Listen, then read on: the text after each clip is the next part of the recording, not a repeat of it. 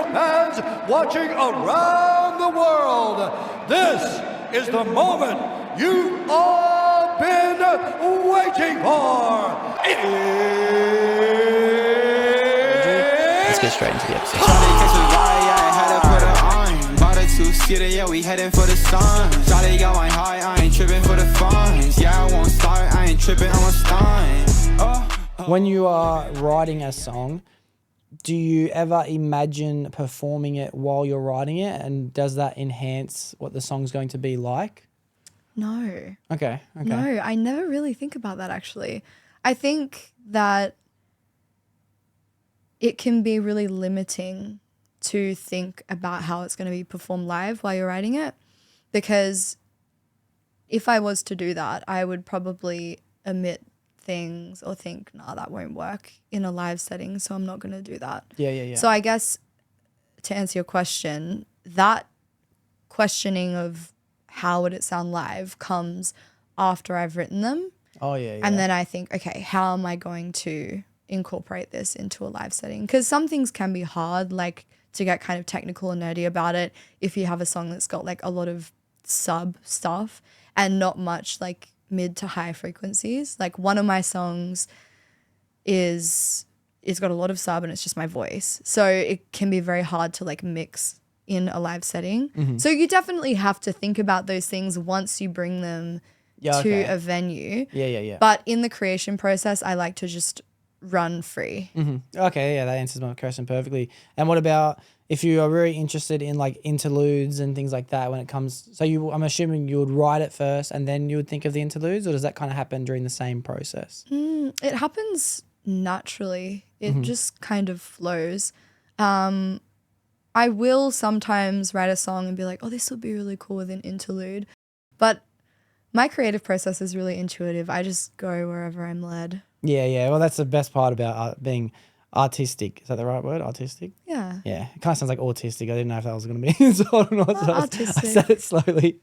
Well, then do you ever, if you're really interested lately in video creation and all these things, are you ever thinking about music videos while you're writing them or doing the interludes? And do they kind of like dance together? Totally. Yeah, cool. Totally. Yeah. Yeah.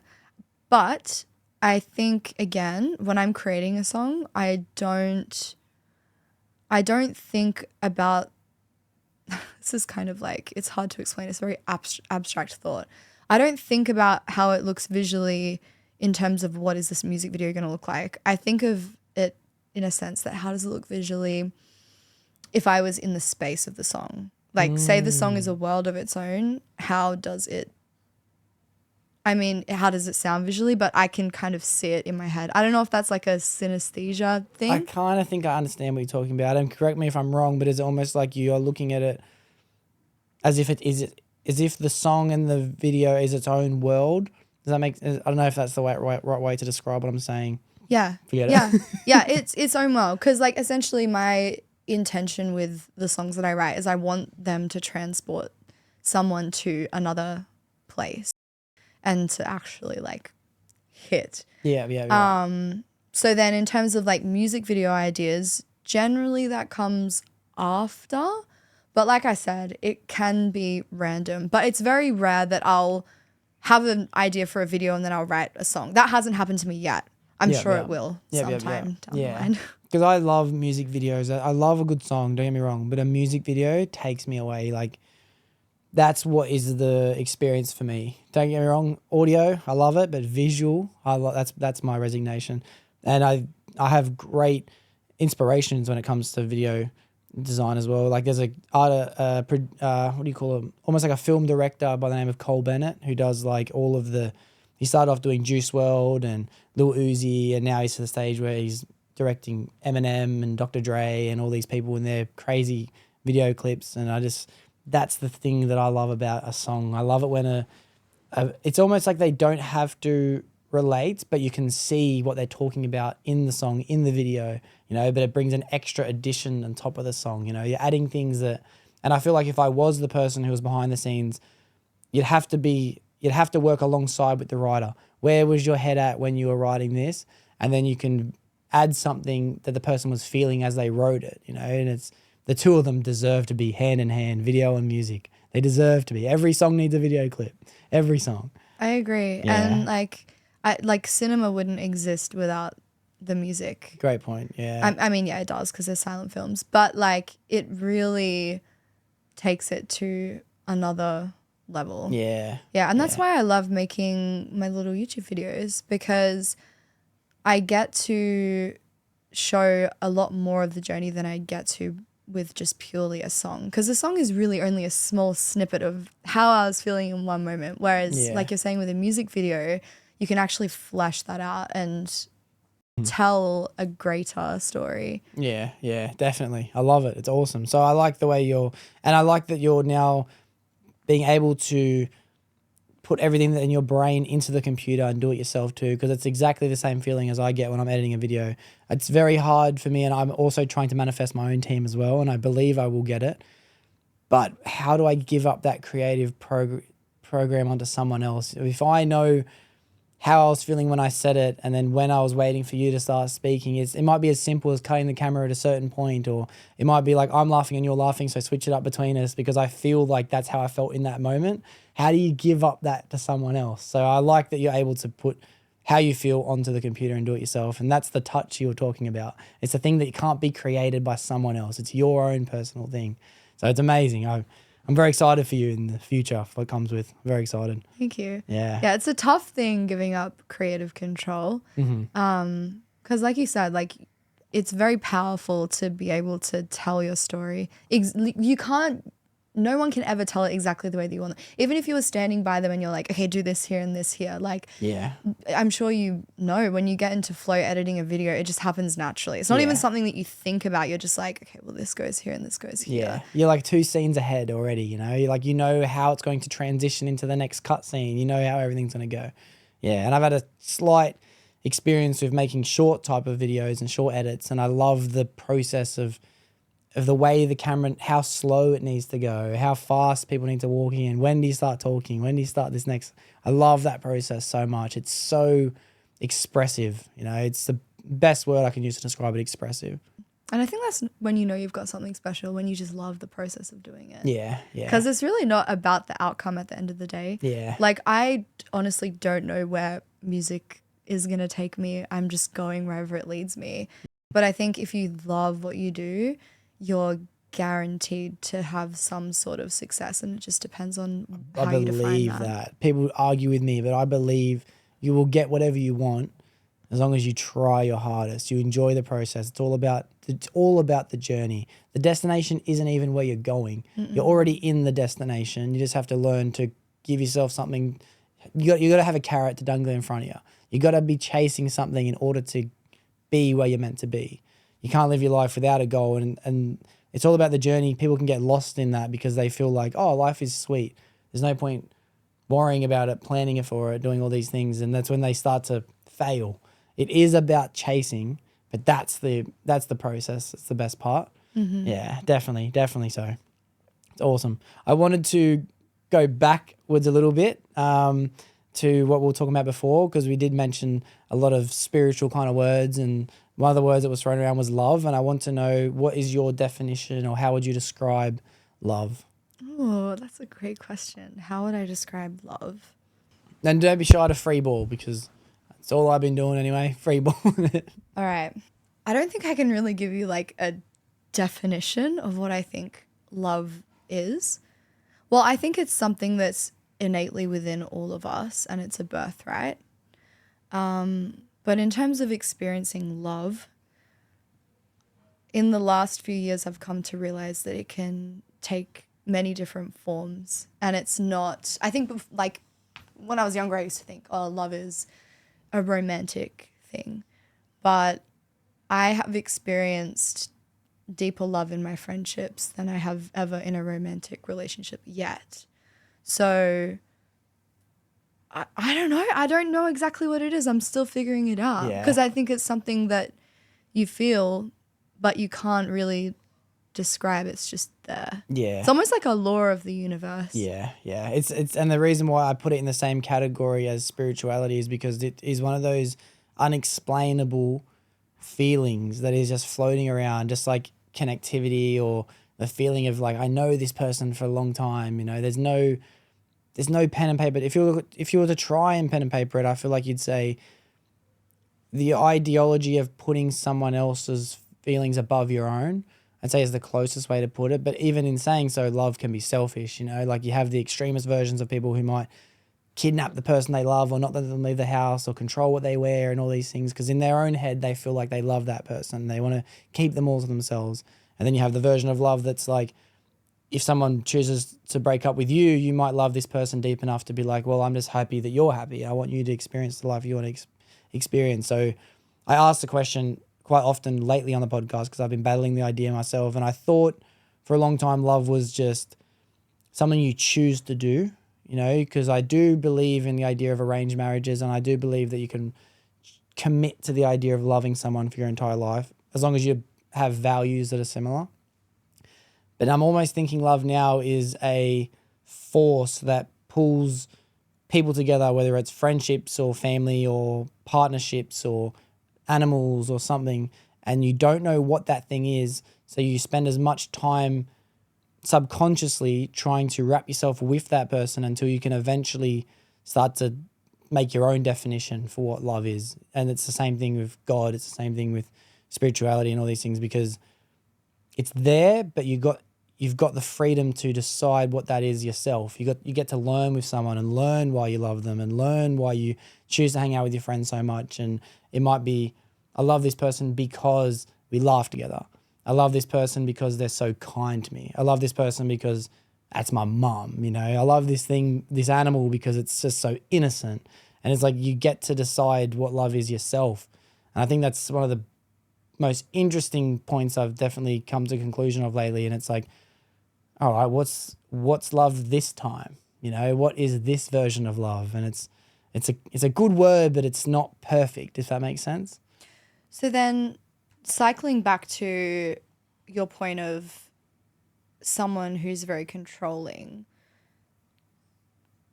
do you think that's love or do you think that's fear? I think that it is fear. And I think that's how that person has used to describe that feeling. Mm-hmm. It's that same, like they've used, love isn't a perfect word. It's up in the air. It's there to be grabbed and attached to whatever you want to attach it to. So they believe that they might love that person. And it's because they're deaf and they've described the definition of love through control and fear and selfishness and things like that. Mm. But I can't say that isn't love because I don't think the word has a definition. I think it's just how that person is choosing to express that feeling. Right. Interesting. Yeah, it's not something that I've really thought about in that context before. And I guess the reason why I find that point hard to grapple with, I'm like, in my head, I'm like, well, that's just fear. That person thinks that's love, but it's actually not. But also, if your definition of love is that, well, then who am I to tell you that you're wrong? It's hard, isn't it? Yeah. Because I associate love with basically safety. Mm-hmm. Like, I feel safe around you physically, emotionally. Mm-hmm. So, yeah, because I've been in relationships that are, like, based off of fear.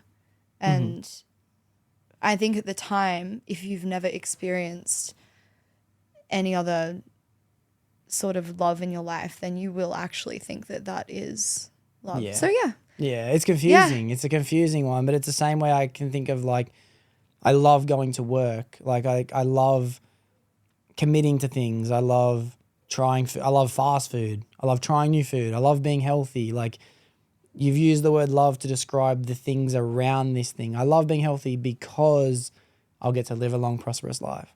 I love fast food because it tastes good. But how could they contradict each other? It's the same word used to describe two different things, you know, and I think of it the same way as if I might love this person because they made me feel a certain way while I needed to feel it.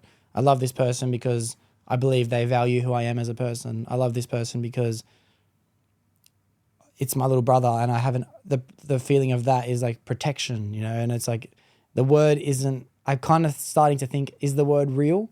And then that kind of started to freak me out a little bit, like, is love real? But then I came to a conclusion that it is real, and we get, just like when you're born, you get to decide your own purpose. The word is there for you to attach to whatever you want to attach it to. And that brings me to a point that I wanted to bring on, which was love languages. And are you aware of the terminology love languages? Okay, because I had to write them down the other day because I'm not too good at it.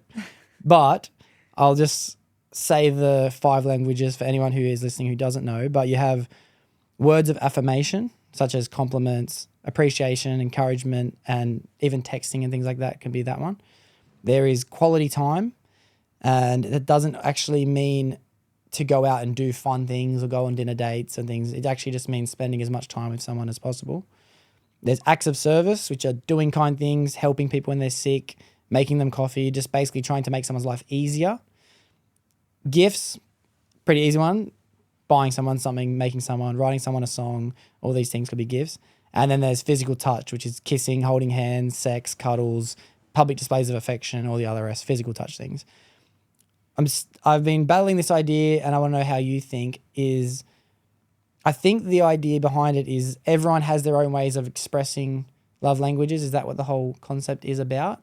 As I'm not really too sure. I was hoping that you knew a little bit as well. I don't know a lot about love languages, but I think people just tend to gravitate towards some of them more than others. So as you were reading them out, the ones that resonate with me the most would be acts of service, quality time, and physical touch.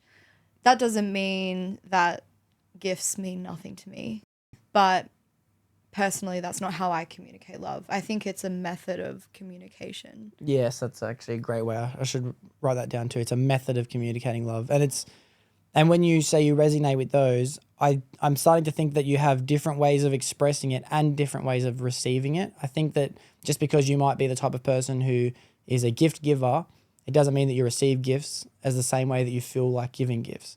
So would you say that you resonate with them because that's how you feel love or how you express love? Good question. I think it's both. Like, for example, acts of service, that's something that I would give to someone. So I cook you a meal, love doing that. I don't need you to then do that for me in return. But if you do, I will really, really appreciate it. Yeah. Physical touch, that's kind of different because that's like if I hold my own hand, that's not the same as holding someone's hand that I'm into. So that's something that I would want from someone else, but it's a way that I recognize that this person has love for me because they do that. Yeah, yes, good point. I think that I'm the same. I think that I am actually a gift giver. It's something that that's how I show my love. Same as... you mentioned it. I'm going to look at the list. What one was it? Acts of service. No, I think acts of service is one that I am not very good at. I don't cooking a meal, for example. Forget about it. You're not a cook? I'm not. I struggle with that kind of stuff, and it's not like I wouldn't do it, but I don't want to do it. You know, there's nothing that's like, oh yeah, I'd love to do this for this person. I'm more of a gift giver or words of affirmation or physical touch. But if someone was to make my life easier, I would appreciate that so much more than buying me a gift, you know?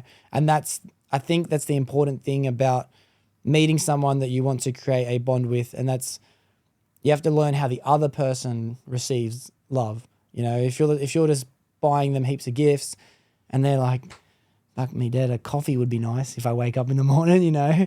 You can really express love a lot and the other person might not be feeling it because they're not receiving their version of love. Because again, love is a word to describe a feeling that everyone gets to grab on to however they want to, which is why I think the love languages is so interesting. You know, I definitely never thought about it, especially being a boy. You don't think about that kind of shit. It's very helpful, and it's very helpful to know what someone's love language is and how they communicate love, because there are people in my life who aren't very expressive, but I know that they love me. Like, they might never say I love you, but you know that they have a really deep love for you. But if you didn't recognize that their way of communicating that is just not how I would personally do it, then I might go my whole life thinking, oh my God, they don't love me. Yeah. Which is not at all true. Yeah. It could just be quality time that this person's just investing into you. And then someone else that comes along, just say we're talking about a friendship community, it'd be easier. One friend's always hanging out with you, then another friend comes on and he's like, hey, let me do that for you. Let me do this. Let me do this. Another friend could come along and be like, hey, I love you, bro. You're an awesome guy. You're a sick cunt. You're a legend.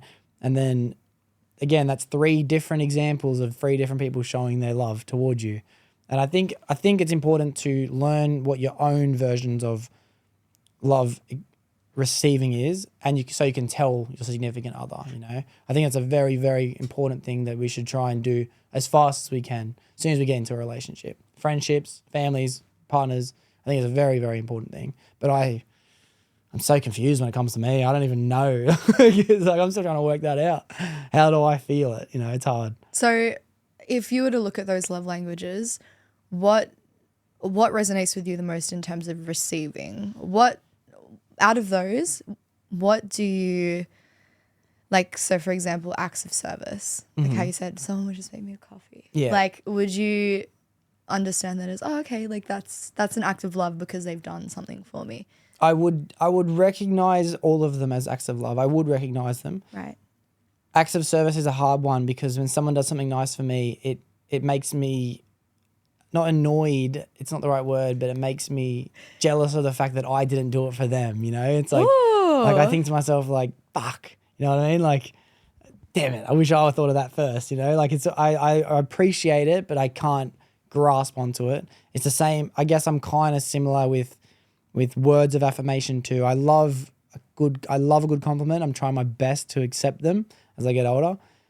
But sometimes I want to be able to reciprocate it, and I don't know the words to be able to say the same thing back without repeating the same thing they just said.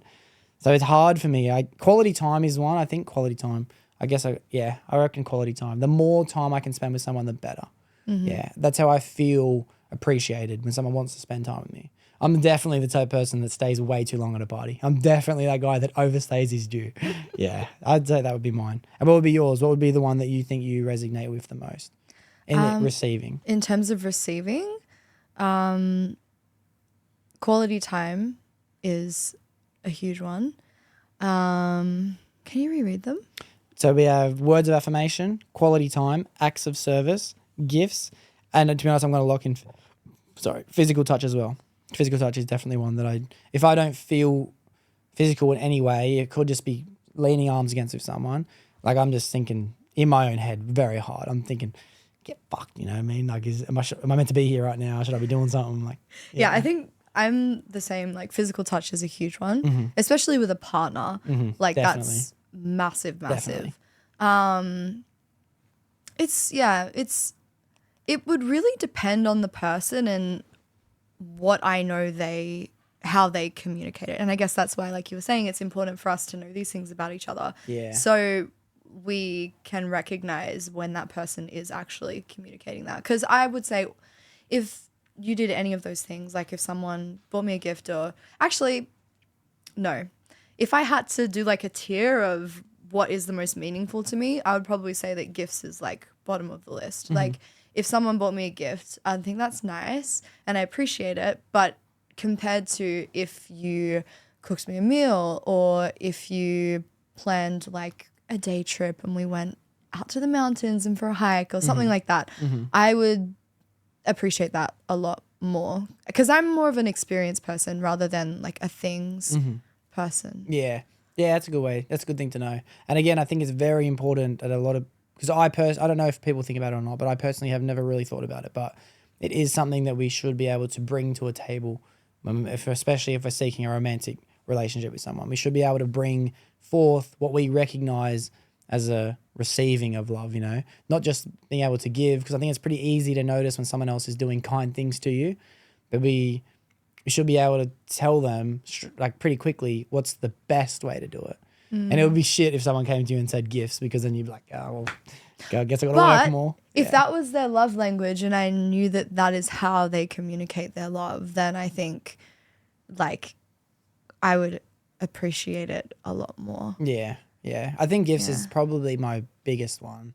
I think I just can't help myself. And to be honest, I try to hold myself back sometimes where it's like, oh, you know, you still got a birthday to prepare for, you know, you shouldn't be fucking doing that. But hey, like on that note, it is really nice to receive like, say, random flowers. Yeah. Like it's really nice to receive a gift when it's not on a birthday, because a birthday is kind of like obligatory, the same way as Christmas, right? But if someone just like, I would really appreciate it if, say, like my partner went to the shops and I'd been talking about, I don't know, this book that I really liked and they came back with that book. Like that would be so, because it's the thought behind it. I guess when I say like gifts is down the bottom for me, it's more so like you're just buying me a gift for the sake of it. If there's thought behind it, then I'm like, okay, this is really nice. Yeah. Yeah, definitely. I think it's easy to know in a relationship too when you start, if you ever have doubts about whether the other person is starting to lose feelings or it's drifting or they're in a run, maybe their usual way of expressing things aren't as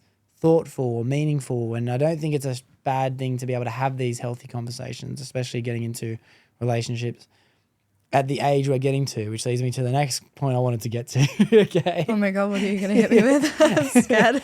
And it's more of a way to help hopefully make me feel a bit more comfortable with the fact. But I definitely have felt that entering mid-20s has been a scary process, especially from 22 to 24. Now I'm 25.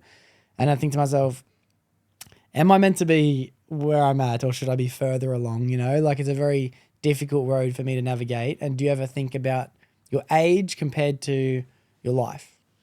Yeah. Yeah. All the time.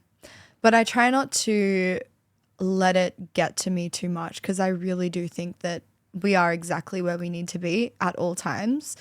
But I definitely go down spirals. Like I went down one last week where I was like, oh my God, I wasted away my whole teenage years. Like I had opportunities that I passed up that could have got me here. But then I think, no, wait, you weren't actually in the right mental space to get the most from what you were offered. So everything actually happened exactly as it should have. Yeah. But getting older is like a bit scary, especially when you're halfway through your 20s. Yeah. Yeah. Because you're looking around the corner and you're like, does that say 30? What the fuck? No, what do you mean? And then like people start to get married and have kids. I feel like I'm just so far off from that. Like I went through my like party phase as a teenager and I feel like I'm low-key starting to go back into that. Not in a sense where I'm like going crazy and getting messed up and not taking care of myself. Yeah, not that kind of party, but just like, I guess because I'm in the music scene and I like going out to gigs. I still like getting out and having a good time. Yeah. But I'm also a real homebody. So on the flip side, I like being halfway through my 20s because I'm like, well, I have experienced a lot of that stuff and I know that I don't need to be in that world all the time. Yeah. But I'm also not ready to have kids. Like kids is literally 12 years in the future for me. Oh my God, 12. Yeah, man. Wow. No, I have so much to do. That's crazy. I have so much to do. Yeah, that's crazy. 12 years in the future. Do you ever envision a family in the future with like a certain amount of kids or anything like that? I mean, I don't really have like a set plan in stone. If you had have asked me 5 years ago, I would have told you I'm not having kids. Yeah. Fuck that. Yeah. But I would like kids. I've changed my mind. I think it's a really beautiful thing to have kids and continue your family lineage. Even more so now that I have done so much work developing me as a person, I would love to see how a little me turns out. That would be just such like a wholesome experience. Great little project forever. You know? Right? Yeah. Like scheming. Yeah. No, but yeah, I think that like having kids would just be one of those other huge life things that you do that teaches you so much. Like there's only so much you can learn about life until you then go to that next stage and have kids. Yeah. So to answer your question, ideally I probably wouldn't have more than 2 kids. Rookie numbers, but it's all right. Rookie numbers. Rookie numbers.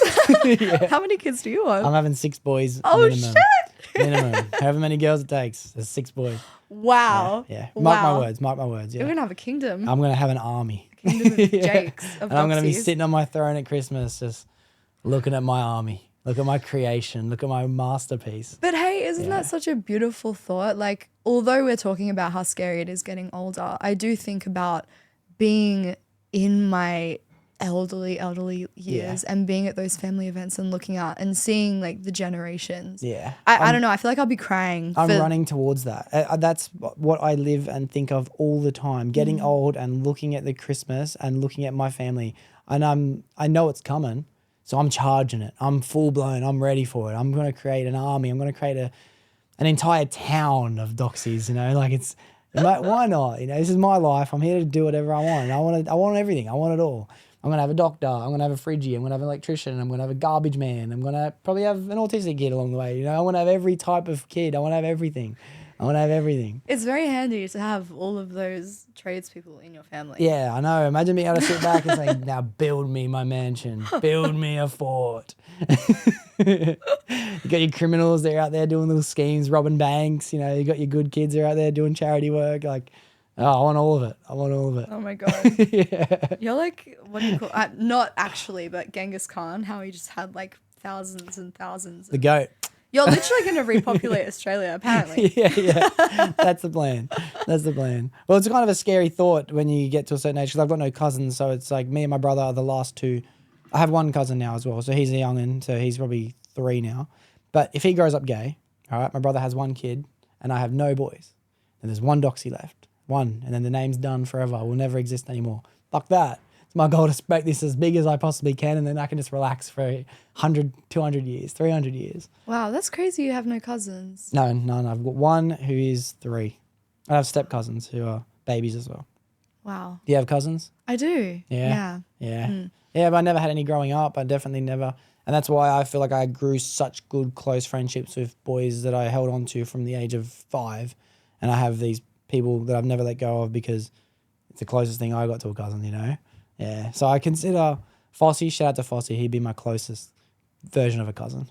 Mm-hmm. Yeah. Okay, I get why you want to have so many kids then. Yeah. That makes sense. Yeah. Yeah. The more the merrier. Yeah, I think like it's just interesting to talk to different people and hear the visions of their life because I imagine like you wanting that many kids would obviously mean staying in one place. No, not even. No? I've got a plan for that too. It's just it's going to be a difficult road to go down. Tell me, are you gonna have a bit of a like nomadic? I'm just going to continue, but my mindset is just continue to purchase further and further and further away and let the money kind of follow me as Sydney grows until I eventually have enough money to fuck off, you know, and then I have my mansion in the middle of nowhere. But you're still at one place, right? What do you mean Like by if one you're place? so if you have like all these kids in this mansion, you're like at the mansion. Mm-hmm. I guess the way that I see having so many kids is that I feel like it would tie me down to a place like I want to be able to just up and go wherever. So that's why I want my life to be like really lightweight. Mm-hmm. I understand what you mean, and I want to experience that once my kids have all grown up. Yeah. When I'm 55, 60, I guess maybe even later if I'm gonna have so many kids, but that's when I believe it's going to be my turn to experience the world. Yeah.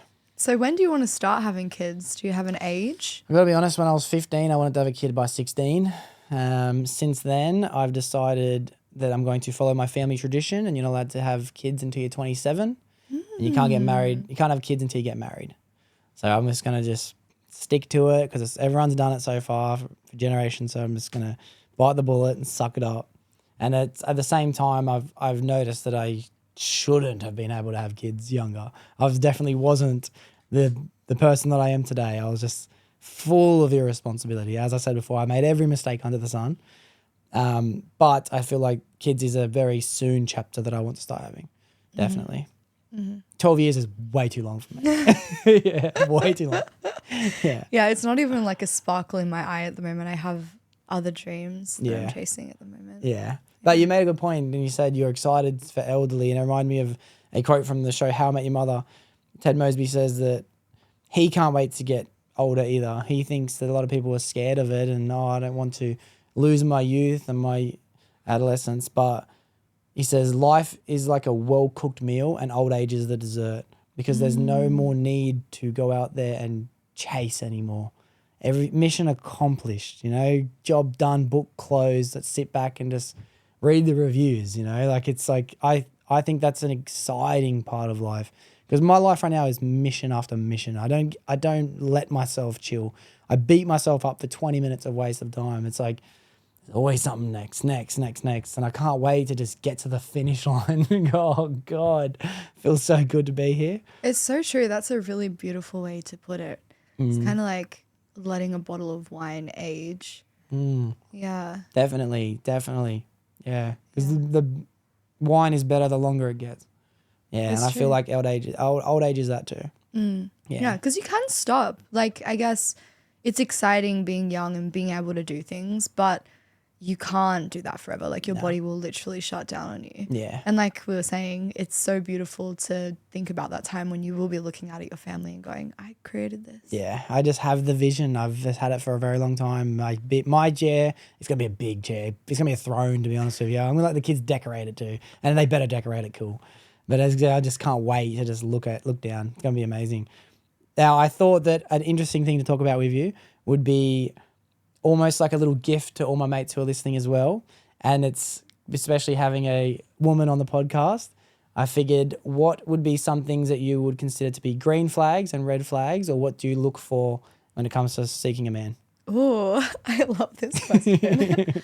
Okay, so green flags would be someone who is comfortable within themselves and is independent. Not independent to the level where they're like, I don't need you, but like they have their own thing going. I think that that's a really positive thing that I look for in someone. And when you say comfortable, do you mean like confident? Is that another word to describe comfortable? I guess confidence comes from being comfortable within yourself. But someone who values themselves. Okay, Yeah. So like almost like, do you mean in a sense where it's like almost like looks after their body or their things like that? Yeah, exactly. Cool. And like, I guess has a greater vision for their life. Okay, so we can rule out crackheads so far. Yeah. Good. Sorry, boys. How many out of the equation now? Red flags. I mean, that's one green flag. Let's just go green, red, green, red. Yeah. Red flag, I think like love bombing is a red flag. Like I've actually had a couple of conversations with my friends lately about I've never people. thought about this before. Really? Yeah, love bombing. I'm keen to see what you say. Okay, so for example, I was told this story the other day of this one guy who my friend's friend met on a dating app, and 3 days later was like, I love you. I want you to be my girlfriend. And he let the fucking intrusive thoughts win, that guy. He should have fucking knuckled down and stick to his fucking job. You know the rules, you can't do it. Not yet. So, yeah, I think that's a major red flag. Yeah, like going back to like having independence, I think what's really attractive is when someone values their time and their life. Like I never want to be in a possessive relationship where the person feels like they can't do something or I feel like I can't do something. I think that like being in a partnership is a union where you both need to give each other space to breathe. Definitely a good point. But I would have to say that the possessive word, I don't like the word. You don't like the word possessive? possessive? Because I would feel possessive, but I can take other people into consideration too. But I feel like possession has kind of been a bad word for a long time, but I love the word possessive. It lets you know that it's yours. It's like, it's something special to me about that word possessive. See, I think that there is something really attractive when someone is like, I want you. Okay, that's another green flag. When someone is sure about the fact that they want you. Because I've came across so many people who are just like confused as heck. And if someone like, if you're confused about how someone feels about you, then like no. Red flag. Yeah. So yeah, I think like to a certain extent, it's like with anything in life, you don't want to push it too far. Like maybe possessiveness isn't the right word to use. I don't know. Can we find another word? Well, you did say another. You said controlling. Like you didn't want to feel like you couldn't do your own thing and they couldn't do their own thing. So controlling is probably the closest word. I'm assuming you mean. Yeah. I mean, or maybe like, I guess that's another aspect of being sure of yourself when you're sure about someone else. Like when you're sure that you want someone. I think that's really attractive. Yeah. Rather than someone who's like, I don't really know what I want. Like, yeah. But in the defense, I do think that sometimes it can be taken by such a surprise that you didn't expect it. So I think coming definitely from a boy's perspective, and it's like you may not have expected to meet someone and then you have such an overwhelming feeling of attraction that all of a sudden you're left unsure of like, damn, I didn't plan this. I didn't, you know what I mean? There might be that little period of the window of uncertainty because it's like you can see it. It's right in front of you. You can't wait to jump into it, but you're also like, fuck, 3 weeks ago I was not thinking like this. Like now I'm like now I'm second guessing because I'm like living in the past and living in the present at the same time. And it's like the future is taking a pause because you're just so confused as to how the fuck you got in this situation. I think that the two things that you always need to have for a relationship to work is chemistry and timing. And without both of them, they're not going to work. So the timing part is the scary part. The timing thing is like, am I ready? And then like, was I ready? Why have I been so set on not being ready this whole time? You know, like that's the hard thing to navigate. I think sometimes it's pretty easy to decide, you know what, I'm not ready. I just want to be single. I'm not ready for the commitment, the responsibility. Because let's be real, having a partner is a full-time job. It never stops. It's 24/7.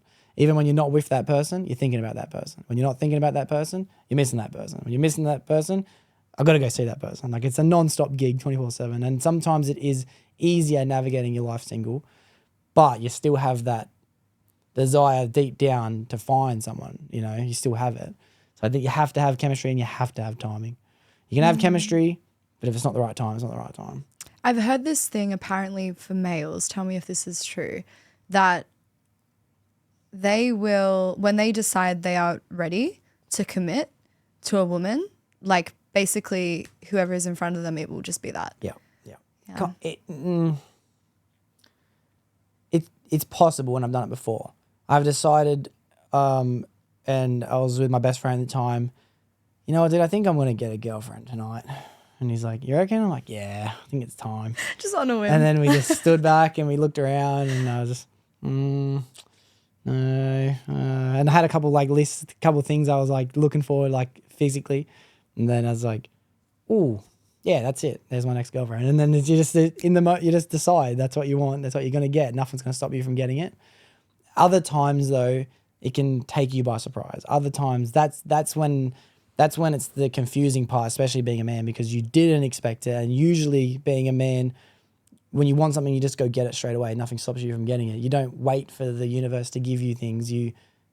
It's your job as a man to go conquer the world. You know, it's like, it's there for you, go get it. But then when something comes at you, almost like you're taken back and you're like, oh, what the fuck? I didn't deserve this. I didn't earn this. I didn't fight for this. And it's like, fuck, what the fuck am I doing? You know, it's confusing sometimes. It is confusing. It's really interesting because it's like the different energy between masculine and feminine, right? Mm-hmm. Like masculine is go out and get, whereas feminine is like you attract it. Yeah. So, well, that's exactly how I look at men and women. I feel like it's a man's job to take over the world. You know what I mean? But it's a girl's gift to have the world. Does that make sense? I feel like that's exactly why relationships work the way they are, where a guy is protective over a girl. It might be like, and it's like, I'm trying to find some exact samples of it, but it's why guys always want to be gift givers, in my opinion. You know what I mean? Because like you go out, you get it, you come back and you give it. And it's like, I feel like it's so easy maybe sometimes for girls to receive gifts as opposed to going out and buying something, because I don't know if that might be how we describe masculine and feminine. And I'll use a poor example with gift giving, but I think there's definitely a difference between masculine, feminine, male and female. Yeah. So do you prefer to chase a woman, or would you prefer to have a woman chase you, or is it a mixture of both? Good question. I enjoy chasing a girl if I can see appreciation in me doing so. If a girl ain't giving me her time, like, to be honest, she ain't worth it anyway. Like, I'm very, very quick to just cut people out. I don't care. If I decide in the moment, I'm going to chase this girl. If I feel like they're not appreciative of that gesture, then it's like, I didn't even care anyway. Fuck off. Very easy to flip that switch. Mm-hmm. But being chased is a different feeling for a guy, because it's not being chased, it's being appreciative. Be appreciative. You know, thank yous, good mornings. Like, I don't know. I think appreciation is the number one thing that takes me away. Yeah.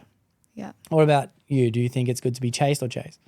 Yeah, I mean, I feel like it's a mixture of both, but I definitely like lean more on the side of feeling self-conscious of chasing, like worrying that that's going to push a guy away. Mm-hmm. I think it can, though. It can. Yeah. So you got to be careful with like so I tend to probably lean more on the side of like not chase enough just because I'm like super conscious of that. But I do generally find that guys will like to chase. But in the dating scene now, I've realized there's been a bit of a switch and there are a lot of guys who just don't want to put in the effort with girls anymore and they think that they're like the prize rather than like traditionally back in the day the woman was the prize and the guy would go after the girl, whereas like there are a lot of guys now I notice they think like I'm the shit. Well, to be honest, I'm one of those guys. I gotta be honest with you. I believe deep down in my soul that I am a prize, and I believe that I am so I'm so confident in the fact that I'm going to give someone a prosperous future if they decide to be with me, that I feel like that's a lucky person. But that will not come without someone also feeling the same way in return. They have to be self-reassuring of themselves and know that they're a catch at the same time. And a girl chasing a guy is, I feel like most of the time going to push a guy into a form of ego, to be real. Like it'll make him feel overly confident. Maybe he can get more, maybe there's another girl that wants him at the same time.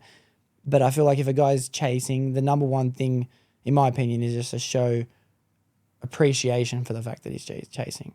As long as you're just being grateful, reciprocating. I know there's a dance that people like to play when it comes to like, say, how long before you text someone back, how long before you call someone, but what's the harm in just doing what you want to do straight away, Yeah, like, see, I don't do any of that stuff. Yeah. Like I think in terms of like texting and the whole like, I feel like there's this new language of online communication that we don't really have like a word for, but there's definitely games that people play and I just don't buy into that. I don't believe in the whole you have to wait this period of time to text someone back. Like if I'm on my phone and you text me and I have the capacity to get back to you, then I'll just get back to you in that moment. Yeah. But sometimes you might text me and I won't have the mental space and I'll take like days to get back to you. Yeah. But that doesn't mean anything. It's just where I'm at or if I'm busy. Yeah. What do you think about that? Do you think that there is like, do you set yourself times? I try to, but I fuck it up every time. I'm not good at it. I try and play the whole cue of like, met them on this day, let's not reach out for another 48 hours. But then it's like, fuck, next day, like get fucked. But that's being a guy. I feel like if the person was to text you first, it might feel like the other person's chasing, but just know that it was the guy's intention to chase the whole time. So he might just be playing, and I can't say this for every guy, but he might be battling the game in the process of trying to do the chasing, and that's why it might feel like guys aren't being as direct anymore as they used to be. But we have it's because we've entered a healthy wave, and I will come back to your question to answer it, but I feel like we have entered a healthy wave for male, not awareness, but what's the word I'm looking for? Health, like health and mental health. That's what I'm looking for, mental health, where guys haven't been feeling like a prize for a very long time, and I've noticed it. And it's good to have reassuring role models as men to know that you are a catch, as long as you are not just sitting around doing nothing, out there chasing goals, achieving your dreams, putting your friends and family above anything, then you know, okay, I am someone to be valued. And that's why it's incisive to just let the idea of a girl chase you come into fruition, but it has to be, as you say, mutually beneficial. You have to be playing, and it is a game of the guy putting in a lot of effort, a girl also putting in a lot of effort, but I feel like the guy should always put in more. The guy should always put in more. Yeah. It is a dance. It is a dance, yeah. And it's fun, like the push-pull. Yeah. It's hard. It's a hard game, and it's just, it only exists because we're self-conscious. The game only exists because we don't want to rush things. We don't want to move things. We want to know the other person likes us. So we give ourselves a little bit of time to just wait and see if they message. That's why honesty is the number one thing in all relationships. Constant communication. It doesn't have to be 24 hours a day texting. I myself don't do it. I do not text anyone. I've got to be honest. It's half that I don't check my phone enough, and it's half that I can't be bothered going on my phone. But it's like, that's good to have a phone call once a day, once every 2 days, even if it's only 5-10 minutes. A phone call goes a lot longer than texting 24/7. 10 minutes on the phone is plenty of time. plenty of time, because you can tell by the other person's voice. You're not playing the game of like, does this sound good when I say it? How did they mean that? Did I reply? Did they get my joke? As long as if you're talking to someone, communication is key, 100% of the time. That's why I love voice memos. Like I talk to all my friends in voice memos. It's so much easier. Like because press the button and just like record, but also like you said, text can be interpreted in so many different ways. Like you never know the tone. And like I'm a pretty dry texter generally. So like people can perceive that in whatever way, but it's not actually true how I meant it. So just send a voice note or call them. Yeah. And then you know. I don't use the voice memos. I try and call everyone as much as I can. If I'm going to text, most of the time, to be honest, it looks like an essay, because I just want to try and make sure you've got the pauses, the commas, the full stops, the capital letters to emphasize words. Like I'm really thinking about texting, so I hate doing it. And it's just, so for me, it's such an effort. It's just long. Yeah. That's fair. Yeah, not doing it. But yeah, I think to answer your question, I think that does answer your question. I would say that I do try and do the whole game and dance of give it enough time. But even if I set myself a goal, like maybe we shouldn't be spending this much time together. Maybe it's rushing things. Let's just give it a little bit. 24 hours later, I'm freaking can't help myself. Yeah, I think you just got to go with whatever flows. Mm-hmm. Let it evolve naturally. Yeah, I think so too. It's good to have a plan, but you're never going to work. It's never going to work out. Yeah. We can never plan life. It just happens. Yeah. All right, so another flag for you. Another flag. Do you want a green or a red one? What was the last red flag? The red flag was more of like a controlling type of scenario, so green. Green flag. Someone who has interests. That's just something that I personally like, or like someone who is passionate about something. Mm-hmm. I just love talking to people about what lights them up. I think that that's a really attractive. What if the thing that they're interested in isn't something that you're interested in? Beautiful. Oh yeah, cool. If someone was interested in like maths, maths gives me such a headache. But if they were telling me how much they love it and it like absolutely lights them up, then What if they were like a professional Nerf gun player and they ran around and they loved that? It's like I can't wait to get back onto the course. Love it. Awesome. Love That's it. cool. It's very, very nice. It's very open. Very open. Yeah. Yeah, cool. All right. And what about another red flag then? Another red flag. I think I'm a bit old school in a sense that like chivalry goes a long way. Yep. Like I don't expect a guy to do things for me. I don't need a guy to do things for me. I can do them myself. Boss move to say, yeah. I'm not a woman who's opposed to a guy opening a door for me. I feel like those gestures can be very nice. And if like I find it very selfish if a guy would never do anything like that. Yeah. It's hard though because chivalry is dying. And it's hard even being a guy sometimes thinking what is the right thing to do. Like we don't have such thing as table manners anymore.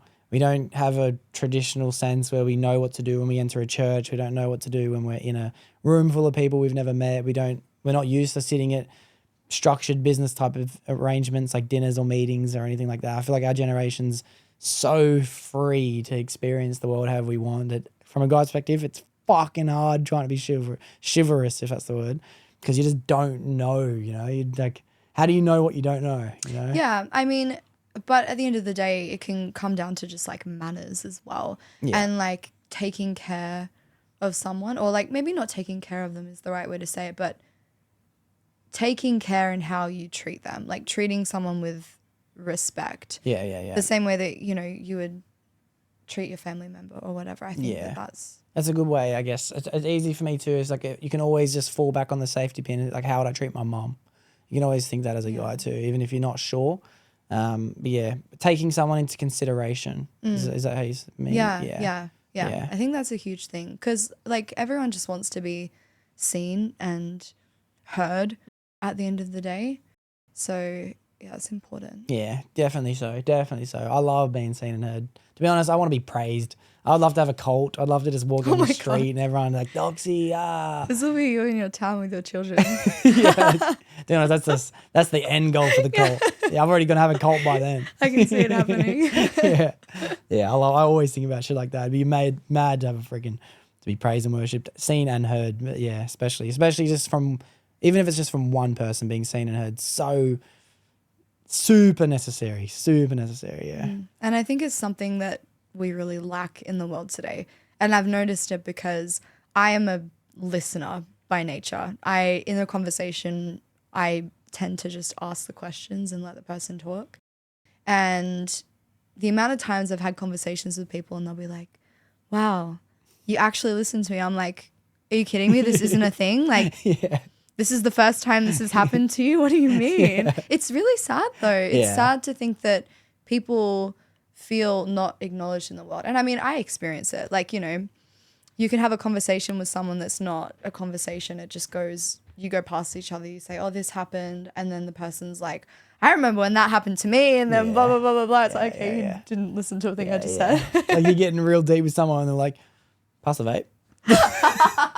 Like, give for fuck's sake. Come on, bro. Fuck Hold it you. together. Get your own fucking vape, bro. Oh my God. But yeah, that's an important thing to think of too. It's actually the secret to happiness in a way. Ask more questions, talk about yourself less. It's a good thing to be a listener. And I think that it will create a beautiful future for anyone who chooses to do it, because it's good to be able to talk about yourself, but we all know there's group scenarios where you're just kind of thinking to yourself, like, am I talking about myself too much, you know? And ask more questions, talk about yourself less. It's actually a Macklemore lyric. Great lyric. Is it really? Yeah. There you go. Yeah. He would write something like that. I love Macklemore so much. He's a champion. He goes, the quickest way to happiness, talk about yourself less. No, quickest way to happiness, learning to be selfless, ask more questions, talk about yourself less. Well, I think like if you go through the world always talking about yourself, you never learn anything. Yeah. Like you have to assume that there is always someone in the room that knows what you don't, which is like always the case. Yeah. So if you can approach every situation like that, like you're both going to grow. Yeah.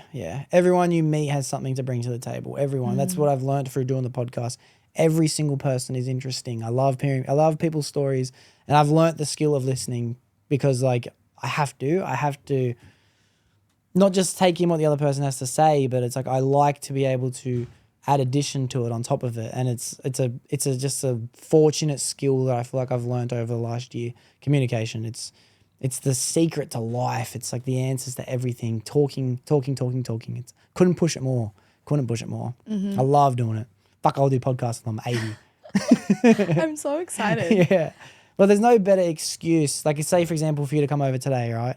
What better excuse was there to just say, come hang out for a couple of hours and talk shit, you know? I love it. Yeah. I cannot explain how excited I was to come here. Yeah, like, cool. and I haven't done a podcast in such a long time. So Yeah, I love it. It's just, there's no better excuse for it. And I'm very appreciative of you coming and doing it because it's my baby. It's my music. It's my writing songs, you know?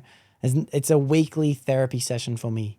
Every week. I've had counseling, therapy, communication, advice, helping. I felt useful. I felt needed. I felt heard. I felt spoken to for fucking 59 weeks now in a row. And it's such a fucking good feeling. do you feel like you've grown a lot as a human? God damn, I've grown a lot as a human. Yeah, exponentially.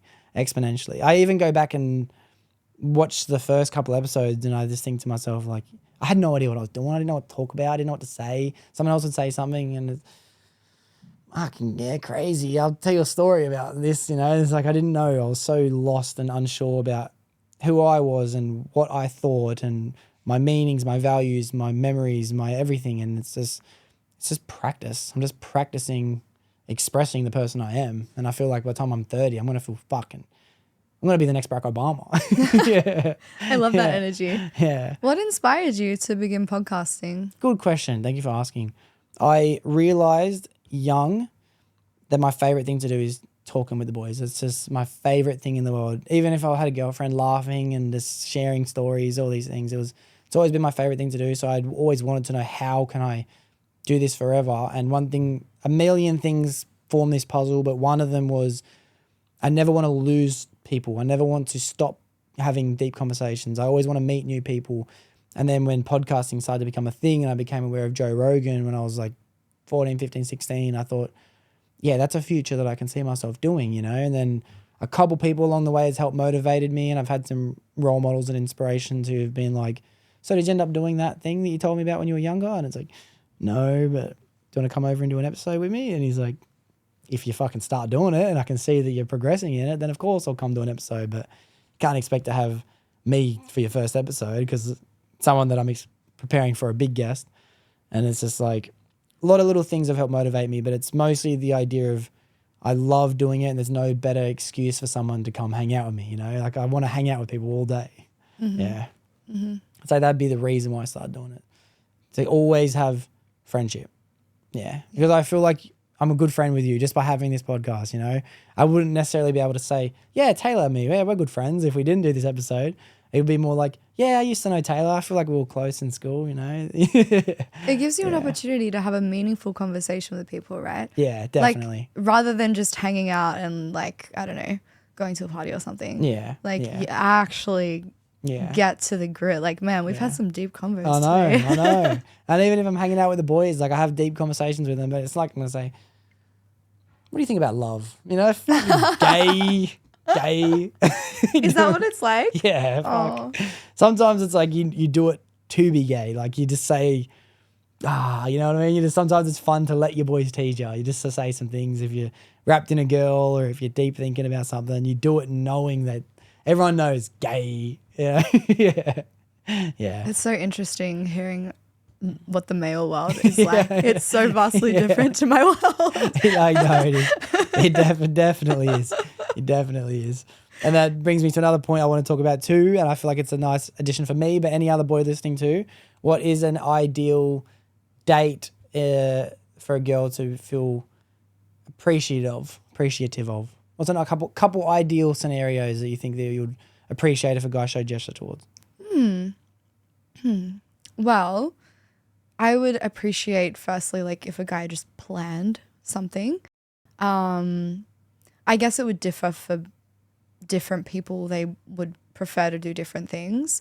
For me, in terms of dates, I like to go on adventures. So I would like if someone planned like a little trip or was like, hey, we're going to go on a drive to this like really cool nature spot or do a hike or something like that. Yeah, but that's just personal to me. I think everyone has a different taste. I also really like being wined and dined. Like, there's nothing better than my God. I love being wined and dined too. I love it. Yeah. But like there needs to be a balance of like that and also just actually doing other things together. I think activities is also a really good opportunity to build with someone. Like when you're both faced with a challenge, and that's how you can really get to know someone to see how they handle the situation. Good point. Both being faced with a challenge. Yeah. Nice. Even just as simple as like, say you've been seeing someone for a while and then you bring them to meet your friends. I think that's a really, I don't want to say test, but it is kind of like a test to see what kind of person they actually are, how they interact with the people that you hold close to your heart. Yeah, definitely. I guess that kind of goes off the topic of your question. No, definitely. That's definitely a good one. I think about that too. It's always a nervous thing too, bringing someone around your friends and your family for the first time. It's always nervous. But again, nerves are exciting. Nerves are a good feeling. Yeah, definitely. I think that's probably one of my biggest green flags. If someone can hold their own in a social situation. It's okay for people to feel awkward, anxious, anxiety, like scared, timid, quiet. I get it. But as long as they're polite, respectful, manners, biggest green flag. Biggest red flag if they're not. Biggest red flag. Yeah. I agree. I like just personally as a person, I couldn't imagine ever going into a social situation and like not acknowledging people or something. Like, you know, just being rude. Yeah, I know. To be honest, I just noticed another massive red flag for me is I feel like in situations outside of being in the comfort of your own home, there's a different way to act. Like obviously you have your public displays of affection need to be kept a bit more quiet. You're obviously going to dress up a bit more. These are very obvious things. You know, you're not going to be going out in your pajamas. You're not going to be eating with your hands when you're at a restaurant. But I think a big one would be like, say a girl and a guy are in a public situation and they get into an argument. Arguing in public for me is like the biggest red flag. Save that shit till you get home. You know, no one else wants to be awkward. It's what you're giving as a gift for everyone else is an uncomfortable situation. And that's my biggest red flag. Save the arguments till we're driving home. Yell at me in the car. Do all this shit. Do not yell at me in public. Oh my God, biggest red flag. Yeah, I've gone through that. It's not fun. Oh, I've gone through it myself, and it's just like, I genuinely don't think, like, personally for me, that will ever happen again. Because I think, like, when that happened to me, I like allowed it to happen. And I'm not saying it's my fault and that I told the other person, like, yell at me. Yeah. But I value myself enough now to know that I would never be with someone who would do that sort of thing. Yeah. Strike one. Just tell them, strike one. Yeah. So I guess that's a red flag. Yeah. Don't yell at me in public, bitch. Yeah, good. It's a good one. It's a good one. All right. Well, I have this last segment that I like to do with everyone that comes on called Deep Questions. And it's just to help us get to, and I feel like we've already had a lot of deep questions, which has been a great episode. But it's just to help us find answers or topics that we just wouldn't have naturally got to. You know, it's a random generated app that will just help steer us in a different direction. So the first one that popped up would be, what do you, I thought it said something else. So I'm going to change it. I'm going to change it to, what do you regret most in your life? Ooh. I always regret the things that I didn't do. Yes. Do you have any specific examples of that? I do. Yeah. Yeah, good. I will let you know if I want to include this, but I'll tell you anyway. Yeah. I was... That's all everyone's going to hear. I'm going to say personally, and this is what I do. You go first sometimes, I'll go first sometimes, but we'll both give our answers. I'd say I did resonate when you said that. I do have regrets of missing out on things. Like say a comedian will be coming to Australia, really want to go see him, but I'm like, savings goal, dude, savings goal, and I miss out. I kick myself forever about it. So I love seizing moments. But at the end of the day, I don't like having regrets.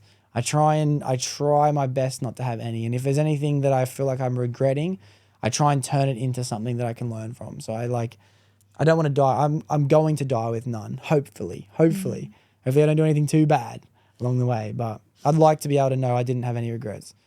A regret would be continuing to make the same mistake over and over again and never learning from it and getting to an age of 60 and realizing I didn't do what I said I was going to do. You know, I think that would be a regret. Yeah. Like, you will always regret the things that you didn't do. So, for example, if you were talking forever about, I'm going to do a podcast, and you never did it. Yeah. Oh, man. Yeah. Like, that's why I was like, music is my only option, because if I hadn't have gone in with that intention of like, there's nothing else that I can do, then I would have always found some excuse for why I didn't have to do it. Yeah. Oh, maybe today's not the right day. Like, there's never going to be a right time for anything. Yeah. So that's a motivation towards you persisting and pursuing music. The regret of never persisting and pursuing. Yeah. That would kill me, I think. Yeah. I think if I don't push myself to my limits and see my potential to where it can take me, then I have failed myself. Yeah. Awesome. I definitely, I've said this before on the podcast too, but I live my life in fear of regret. 100%. I would hate to get to the age of 80 and look back, and I will have my army, don't get me wrong, but I would hate to look back and think, why didn't I just go back and finish my electrical apprenticeship? Why didn't I go to this country? Why didn't I do that? Why didn't I message that person before I never seen him again? You know, why? So I live my life, to be honest, it's overwhelming fear. Don't miss out on anything. Take everything. This is yours. Go get it. Go grab it. So I think regret is a big thing that I try my best to avoid at all points. Yeah. Yeah.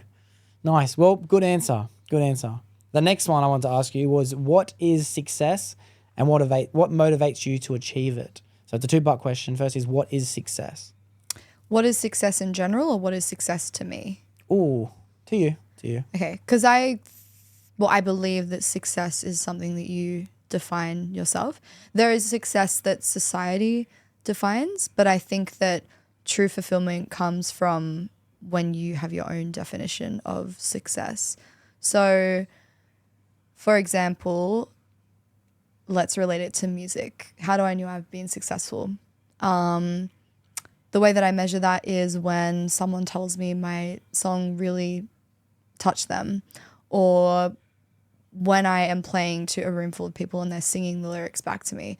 that's kind of my moment of like, Damn, I've made it. That would be crazy. Yeah. Oh my God. Wow. I dream of that shit when I'm singing in the car. So you do sing. Yeah, on my own I do. Of course, I kill it in the shower.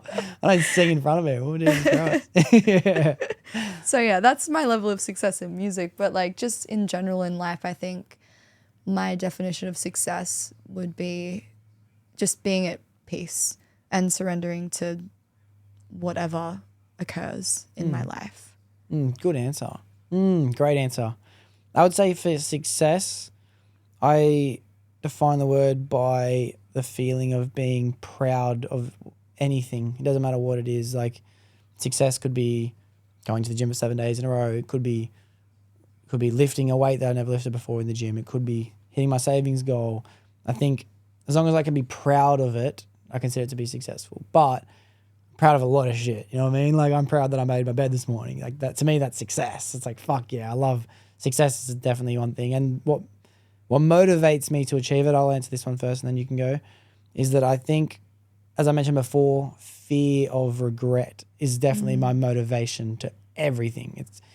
It keeps me going. It keeps me focused. It keeps me forward. Like I hate, to be honest, editing a podcast every week is a fucking chore. It's a fucking process and a half and you miss out on a lot of things. But what motivates me is the fear of regretting not getting the episode out for that week. And then, yeah, I'd say definitely my motivation is fear-based. What about you? What motivates you to achieve success? I feel like I have a innate drive that just exists within me that I've been blessed to have like my whole life. And I don't know exactly what it is. It's like a force that is just continuously pushing me. And maybe it is fear. I think the bigger vision that I have for my life motivates me because I can see my potential and I know that I can become so much more than I am. And I guess that's what kind of drives me to achieving those things. Yeah, nice. That's a good way to put it too. I like that. When you said it, I almost thought of the definition of that, of like an imagination. Your imagination motivates you because you can envision your future. You see what's possibly there. Like it's, you know, maybe a lot of people don't have an imagination in that sense. Maybe people aren't motivated because they can't see a vision, you know? So I think one thing that you are lucky to have, and I consider myself to be lucky to have too, is an imagination, you know? I can see these things and it's like, because I can see them, let's fucking go get them. Can't imagine not having it, not having that ability to imagine. It'd be fucking shit. Yeah. Yeah. It's crazy, right? And I think it also comes from believing in yourself. Like when you really, truly believe in yourself, that vision just explodes because you know that you can have anything that you want. It's just what are you going to choose? Yeah. Yeah. I always say, and I'm probably 59 episodes in a row of saying it, I believe that you will get whatever you want. You just won't get it when you want it. Yeah. And it won't always come in the form that you think. Yes, another one. I might have to figure out a way to fucking manipulate that. I've got to chuck that in there too. Yeah. Do you think video games are a waste of time or not? No. No? Depending on how long you play video games for. Like, okay, if I was... All right. It's with anything. If you're doing it because you enjoy doing it and you want to play video games all day, great. Like if that's what brings you fulfillment in your life and that's all you want to do, chill. But I think if you're using it as a way to escape your reality and you're running, then it's probably an unhealthy thing. But it can also be a coping mechanism, a way to calm down. I personally don't play video games, but I can see why people would. Yeah. Well, I personally don't think it's a waste of time either. I don't play video games anymore, but I would love to be able to have the time too. But to be honest, playing video games as a kid, I fucking loved playing Call of Duty. I was obsessed with it. I spent every minute of every day waiting to get home and play it. Before school, after school, weekends, I didn't care. Fuck my friends. I wanted to play COD Online with the boys. But I feel like it really was a benefit to my life because especially growing and playing up, you gain skills, you gain reaction time, you're quick, you know, like you learn how to control things in a way that's not just competitive, but super speed. You're trying to get everything down pack as fast as possible, as best as possible. You're trying to be the best. You're trying to be number one. I feel like they're good characteristics to create, especially as a young person. If you can grow up with that mindset, of trying to be the best at it, trying to always win, trying to take over. You're number one out of 100 people, you know, victories like all the time. Not only are you, I feel like you kind of create a better driver. I think about it when I'm driving the car as well all the time. I'm always like, I feel like everything's like a quick little glimpse, and I have the ability to process information pretty quickly because I spent 5 years of my life watching this fucking screen, just noticing every little dot that moves around. I feel like video games are definitely a beneficial part of society. Interesting. I've never thought of them in that way because I had never played those video games. The video games that I played was Sims and Animal Crossing. Yeah, a lot yeah. slower. Yeah. Life simulation. Yeah. Isn't it a funny thing that we love playing games that simulate life? Yeah. It's weird. It's weird. It's weird. And it brings up a good point. Have you ever heard of the simulation theory? Yeah. Yeah. Crazy. Crazy. For everyone who doesn't know, I'll just say it. But it's the theory that if we are getting so advanced with our technology and we are creating these games like Sims and all these other things where you can have animals and create roller coasters and farms and parks and all these things, and you get to play as this character, and the character is getting so advanced and so good quality, and we're now merging with AI and virtual reality. Eventually these video game characters are going to become so well created that they're going to be able to create their own video games for them to play. And then at what point are we in the mix of this process, you know? If games are just becoming more advanced to now they're creating their own worlds, in mathematical theory, we are actually inside one of these already, you know? We are literally in this simulation. Yeah. Yeah. Yeah, it's a wild thought. I definitely think there's validity to that. Yeah. Because it kind of makes sense, right? It's like, I heard someone describe it with rats in a maze. Like, if you're a rat in a maze, all you can see is your maze, but you don't realize that there's something above you, like watching you. Yeah. And I definitely think like maybe that's what's going on here, and maybe that's what God is, or like these higher states of consciousness that we can't comprehend. It could just be the program that we're all put in. That might be the thing that's connecting us all together. We could just all be code. We could just all be ones and zeros and numbers and all. And it's like that kind of defines God. You know what I mean? If there is a creator, then we are his game. We are, you know, that's the Bible right there. We are in a simulation. That's the Bible. It's fucking really interesting. I like it. I like thinking about it a lot. But I do think about it when I'm driving my car sometimes. If I'm a video game character, what dickhead decided to play the game of Traffic for 2 hours today? You know what I mean? This is the worst game of all fucking time. You know? It's fucking bullshit. I'm at work. I'm just fucking putting these fridges together in these coals, or I'm putting up brackets or running pipe. I'm thinking, pipe work. That's your fucking game, bro. 8 hours a day. Pipe work, your game, shit. Maybe it's one of those games where like they plant the seed and then they leave it. You know those cooking games where you have to cook the pot for like 4 hours and you just click it and then you can go away and like live your life and they come back. So like, I'm just going to leave this bitch in traffic for 3 hours. Yeah. Well, no offense to anyone who has this for a job, but I think to myself as I'm doing my trade of refrigeration, I think, really, dude? And then I think, this guy must have been a Tyler. The guy playing my game, he must be something boring. He must be like a factory worker. You know, this guy must work at a fast food restaurant or something, and now he gets to play an exciting job. You know, that's how I think about it. He's just escaping. Yeah, it's crazy. Oh, good question. I'm glad I asked. I didn't know if video games would be a good topic, but I'm glad I asked it. Oh, can of worms. I want to open it. I do this every time. We're gonna have 2 more. Okay. So I will open it. Does gender matter? How do you hear the question? Matter?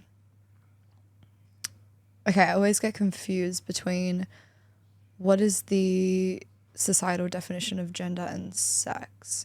Sex is biological and gender is... I think they're trying to delete the ideology of sex entirely, and they're just saying gender is your identification to however you want to be looked at. Forget whether you're born a man or born a woman. Your sex is irrelevant. They're trying to remove it from doctors' forms. They're trying to remove it from questionnaires. So they want to move it to the point where you don't even ask someone when you meet them if they're a man or a woman. They think that's the definition of gender, in my opinion. Okay, self-identification. So gender is this like a self identification, like self-image thing. Yeah.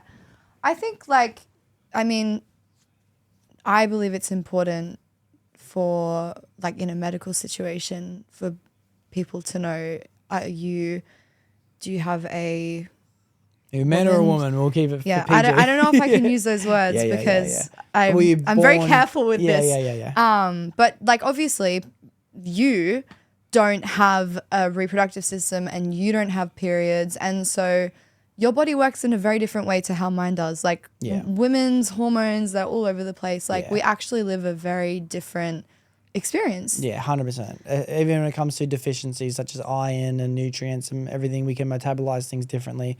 There's a clear indication medically the difference between men and women. Yeah. Yeah. So I think like medically it's important. Now, if someone identifies as whatever gender they want to identify and you tell me I identify as this, I would like to be referred to as that.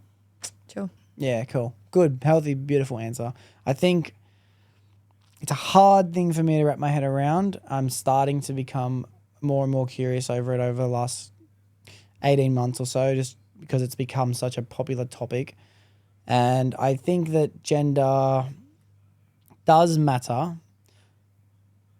depending on who you're talking to about it. You know, if someone did come to me and they were a man who's now a woman or a woman who's a man, whether they've had the hormonal transplants or procedures or anything or not, I would refer to this person however they felt comfortable for me to refer to them as. I just don't like the idea that I have to. You know what I mean? I choose to. I don't like anyone telling me what to do. It's the same way as if someone was like, if I tell people, what's your name? And I say, I'm Doxy. That's what everyone calls me, Doxy. My name's Jake.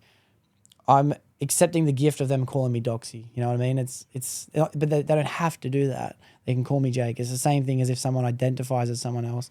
I want to make them feel as inclusive and comfortable in themselves as I can, but I don't have to do it. You know what I mean? I don't feel like there should be a law that tells me to do it or anything like that. I think the gender does matter, but it's up to every individual person. It's like the idea of meeting someone for the first time.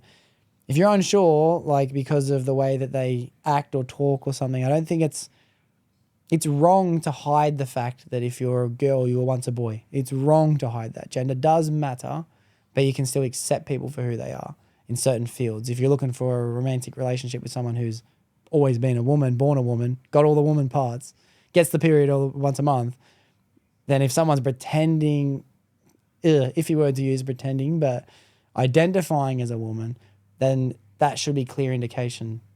You should have to let people know that, if that makes sense.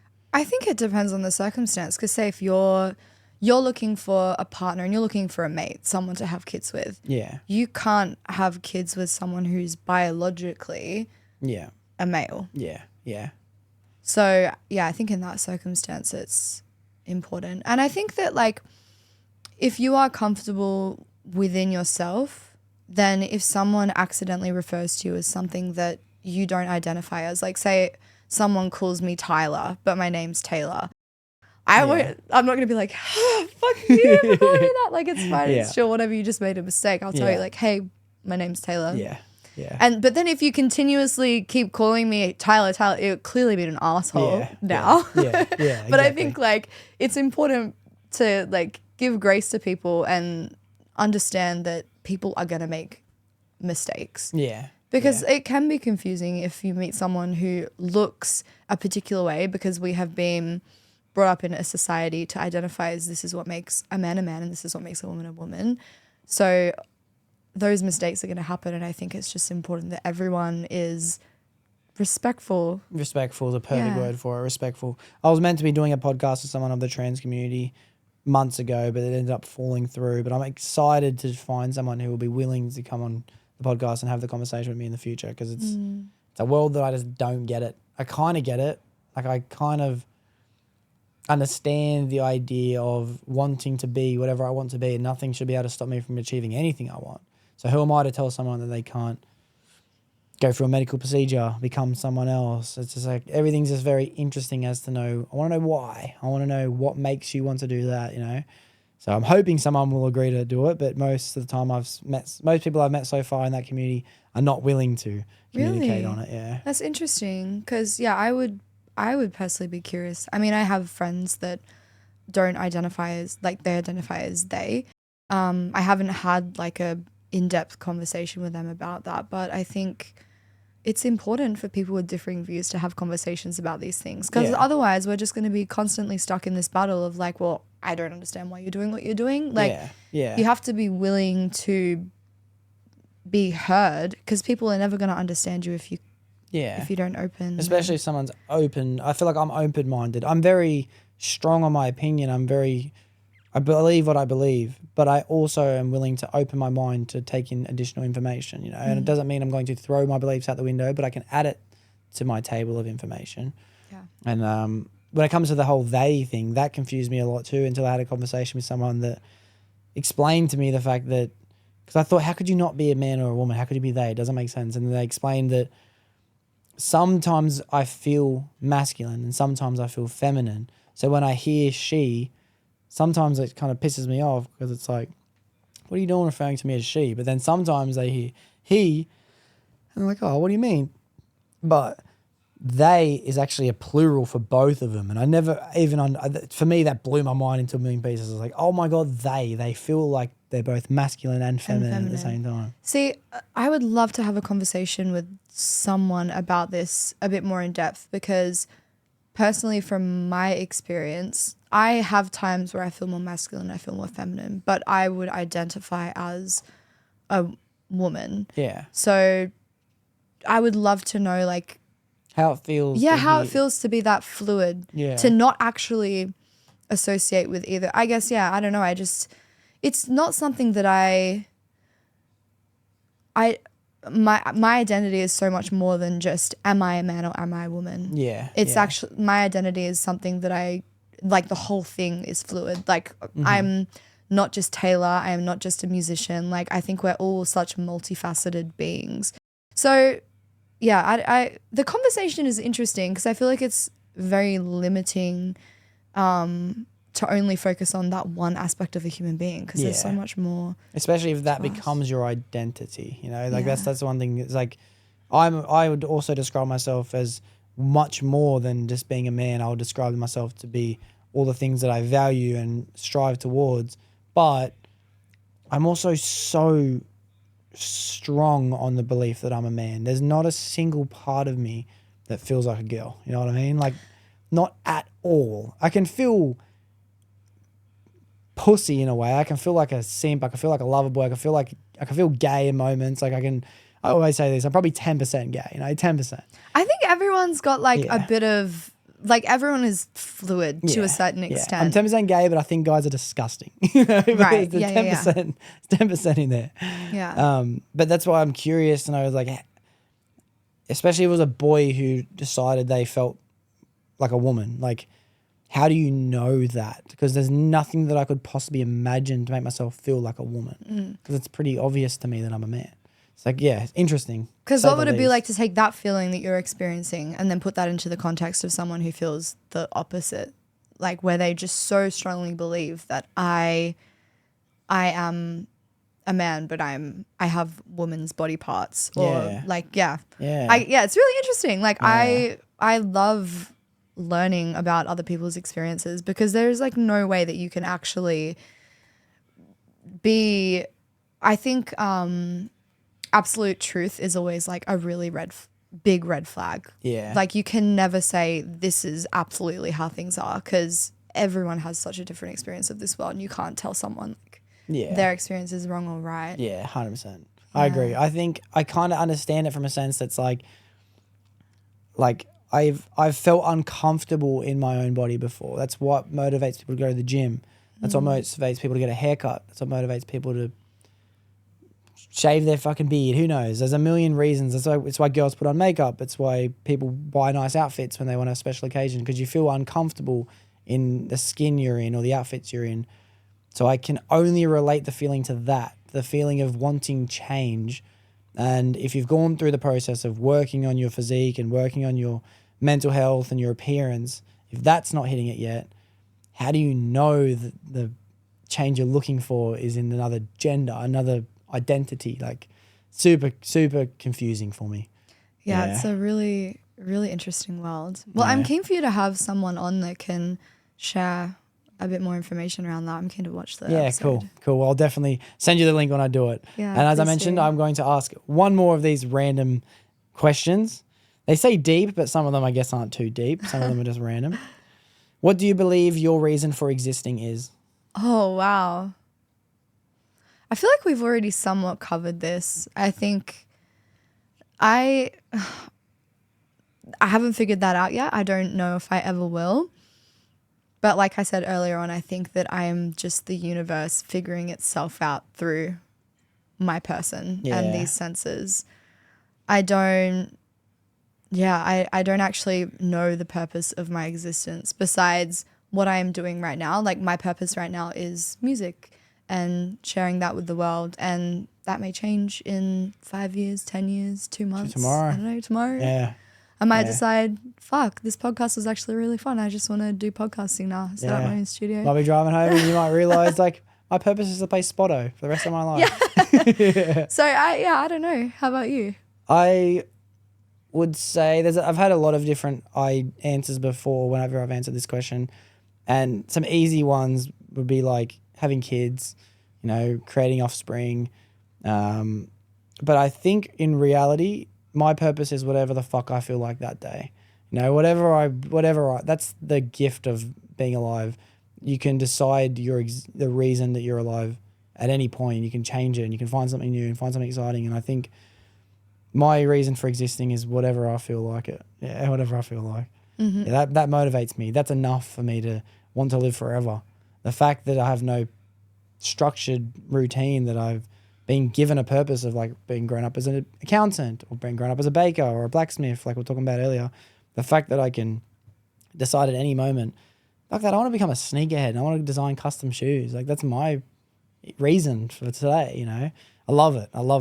There is no reason. It's not that there is no reason. Everything is my reason.